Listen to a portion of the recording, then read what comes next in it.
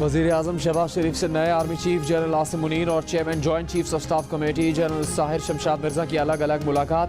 वज़ीर आज़म ने दोनों जनरल्स को तैनाती पर मुबारकबाद दी। दोनों जनरल्स ने सदर मुमलिकत से भी ऐवान सदर में मुलाकात की।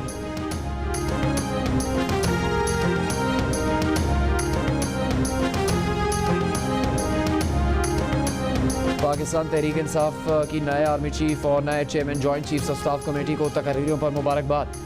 फवाद चौधरी ने एलामिया पढ़कर सुनाया। कहा, नई फौजी क़यादत से तवक्को है कि नए इंतखाबात के जरिए मुल्क की नई क़यादत चुनने के अवाम के हक़ को तस्लीम किया जाएगा।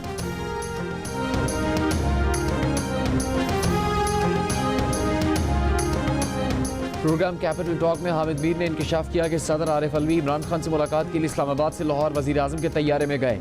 विफाकी वज़ीर ख्वाजा आसिफ ने कहा कि सदर मुमलिकत ने आज जो कुछ किया है वो सियासी तौर पर दानिशमंदी का सबूत दिया है।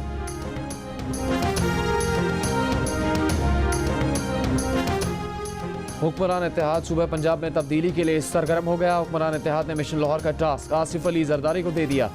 साबिक सदर आसिफ अली जरदारी का लाहौर में डेरे डालने का फैसला। आसिफ अली जरदारी मिशन लाहौर के लिए कुछ दिन लाहौर में क़याम करेंगे। मकसद पंजाब में PDM और इत्तेहादियों की हुकूमत के लिए राह हमवार करना है।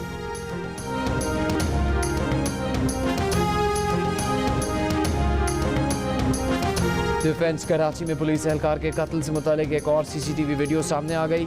वीडियो में देखा जा सकता है कि वारदात के कुछ देर बाद मुलजिम खुरम का बिरादर निस्बती आमिर कादिर उसके घर आया। आमिर कादिर ने खुरम का स्वीडिश पासपोर्ट और सफरी बैग वसूल किया।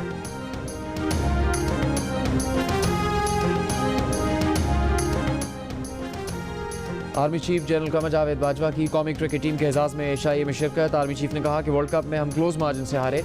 शाहीन आफरीदी जख्मी ना होता तो फाइनल का रिजल्ट मुख्तलिफ होता।